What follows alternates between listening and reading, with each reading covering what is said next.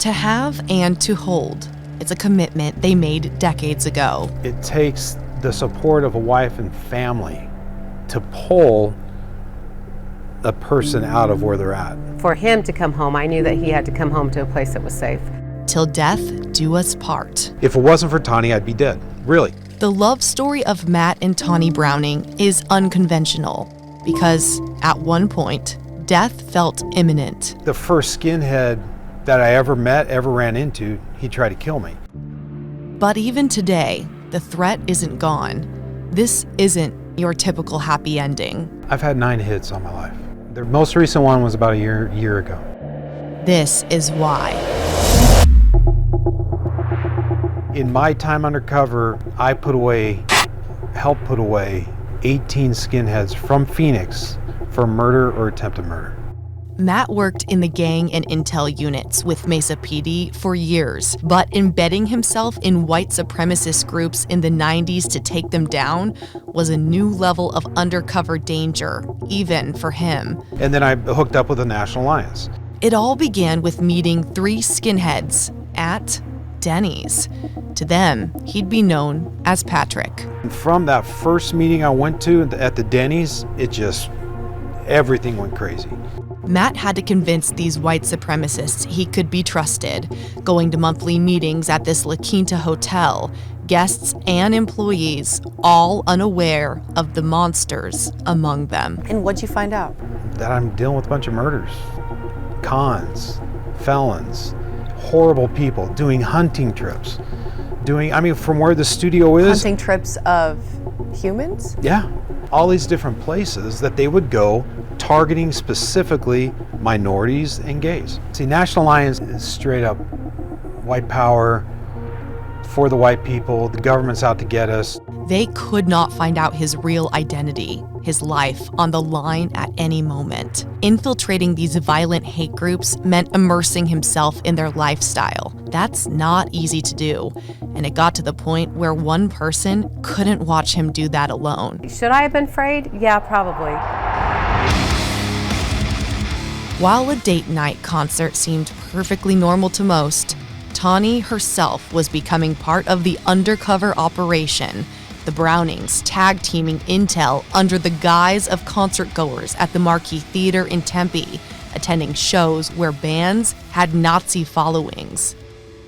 So what we would do is we would go, and I would go get in the pit and be up there with all the skins, but Tawny would be in the back, and they would be talking to her, and she would get more intel than I did. I was able to use the softer side and kind of get into their hearts and minds.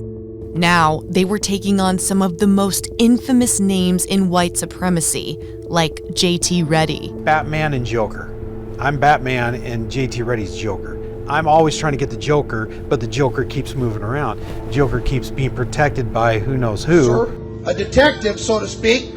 I won't mention his name, Matt Browning. In 2012, J.T. Reddy died by murder-suicide, killing his girlfriend and 3 others before turning the gun on himself. J.T. died knowing that I was out for him. So how long did you have to do this before you could start making moves and making arrests? 13 years.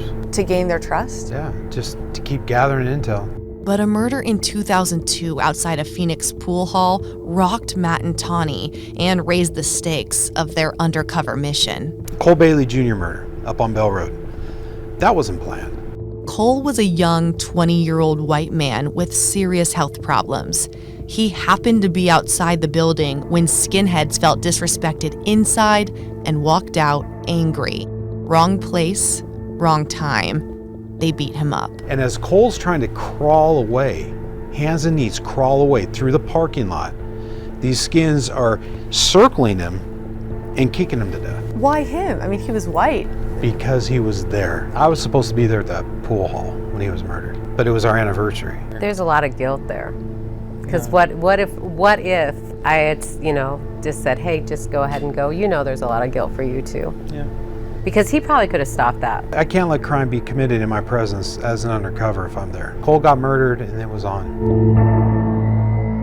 Matt and his team eventually made nearly 20 arrests, but while speaking to the Senate about hate groups in Arizona, skinheads unexpectedly showed up and Matt's identity was revealed. With safety on the rocks, the Brownings' marriage was on the rocks too. And she says, come home, you're done. And I never went back to work. Well, I said it's either this job or me. Mentally, he wasn't gonna. We weren't gonna make it. It was not sustainable. It was not sustainable. What their family went through was traumatic, and still is. The couple decided to write a book, hoping writing would be a form of therapy, emotions expressed from pen to paper for the first time. The title?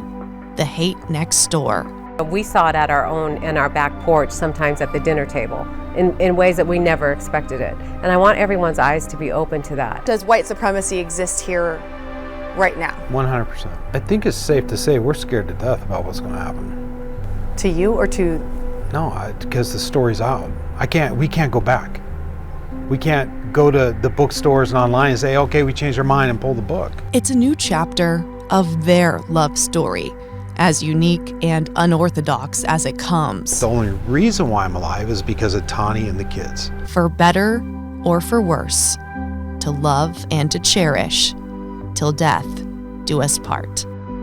Brianna Whitney, for Arizona's Family.